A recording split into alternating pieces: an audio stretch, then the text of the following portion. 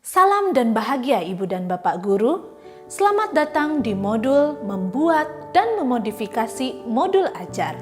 Sebelum membuat modul ajar, pada materi kali ini kita mencari tahu dulu apa itu modul ajar, beserta komponen yang ada di dalamnya.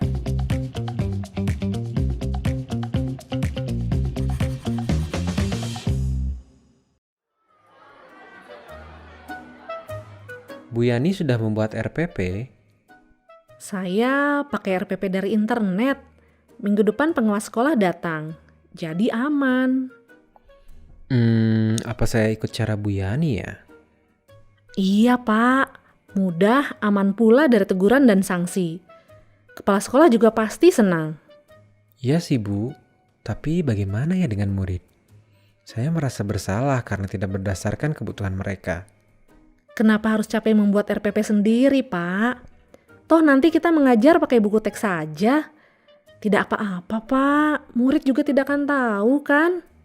Merencanakan pembelajaran itu kan gak bisa asal Bu. Harus disesuaikan dengan kebutuhan murid, latar belakang, tempat tinggal, juga kemampuannya. Itu sangat penting dan akan berdampak ke murid Bu. Bikin susah diri sendiri. Terserah Pak tunggu saja. Namanya juga guru Bu Yani. Semua yang kita lakukan demi kepentingan murid. Ibu dan Bapak Guru, dari percakapan tadi, Pak Tengku menekankan bahwa membuat RPP sesuai kebutuhan murid itu penting. Sementara Ibu Yani ingin aman dengan cara praktis, menghindari teguran kepala sekolah dan pengawas. Nah, apa pendapat Ibu dan Bapak Guru tentang rencana pelaksanaan pembelajaran? Lalu, apa ya kaitannya dengan materi modul ajar ini? Mari kita simak penjelasan berikut. Modul ajar merupakan salah satu perangkat ajar, sama seperti RPP atau lesson plan, yang memuat rencana pembelajaran di kelas. Namun, modul ajar memiliki komponen yang lebih lengkap dibanding RPP. Apa saja komponen modul ajar? Yuk kita lihat bersama. Mari kita lihat contoh modul ajar IPAS fase B berikut. MA IPAS ini disusun untuk 1 unit materi atau 5 kali pertemuan. Jumlah pertemuan dalam MA tentunya akan menyesuaikan dengan alokasi waktu dan TP yang kita buat saat menyusun ATP. Terdapat beberapa komponen dalam MA, yaitu fase capaian pembelajaran atau CP, jumlah jam pembelajaran atau JP. Bagian ini disesuaikan dengan alokasi yang sudah kita tentukan di awal. Mode belajar yang kita gunakan apakah daring, luring, atau campuran. Tujuan pembelajaran yang sudah kita tentukan saat menurunkan capaian pembelajaran menjadi ATP. Di contoh ini terdapat 3 TP. Dimensi Pancasila, yakni dimensi profil pelajar Pancasila mana yang dapat dipenuhi dengan pembelajaran pada MA ini. Pengetahuan atau keterampilan prasyarat yang perlu dimiliki murid sebelum mempelajari topik tertentu. Kompetensi awal merupakan ukuran seberapa dalam modul ajar ini dirancang. Selanjutnya, komponen-komponen detail per pertemuan, yaitu bahan ajar.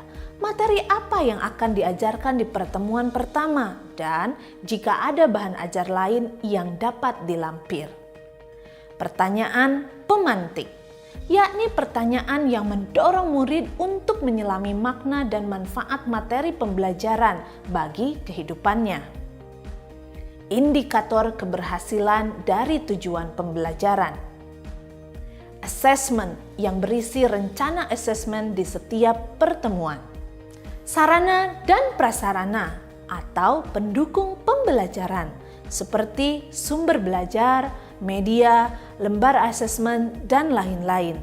Beragam jenis pendukung pembelajaran disesuaikan dengan kebutuhan murid. Rincian kegiatan. Terdapat juga lampiran yang termuat dalam modul ajar yang diisi dengan lembar aktivitas, rubrik penilaian, bahan ajar lain atau media pendukung tambahan yang sekiranya dibutuhkan untuk keperluan mengajar. Lalu berikutnya sama, berisi detail komponen tiap pertemuan.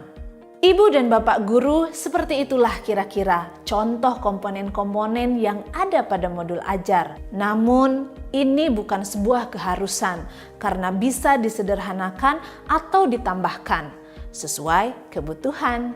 Kita sebagai guru diberikan kemerdekaan untuk menggunakan modul ajar yang sudah tersedia, memodifikasi modul ajar sesuai karakteristik dan kebutuhan murid dan lingkungan, menyusun sendiri modul ajar sesuai dengan karakteristik dan kebutuhan murid dan lingkungan. Pada prinsipnya, modul ajar yang digunakan harus memenuhi 4 kriteria sebagai berikut. Pertama, pemahaman konsep dari setiap mata pelajaran melalui pengalaman belajar dan lintas disiplin.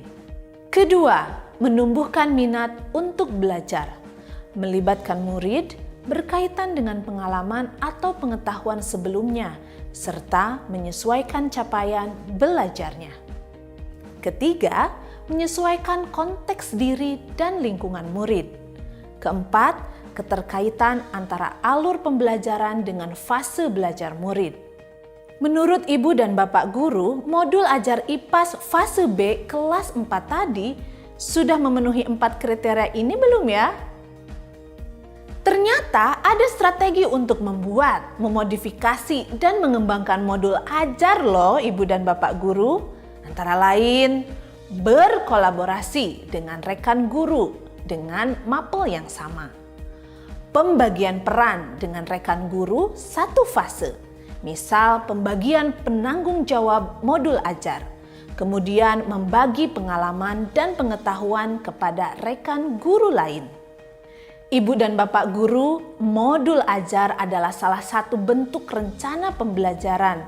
Maka saat menyusun rencana pembelajaran harus dengan semangat mewujudkan profil pelajar Pancasila. Dengan begitu, ke-6 dimensi dalam profil pelajar Pancasila terus dibangun secara konsisten. Selamat belajar dan mencoba Ibu dan Bapak guru hebat. Salam dan bahagia!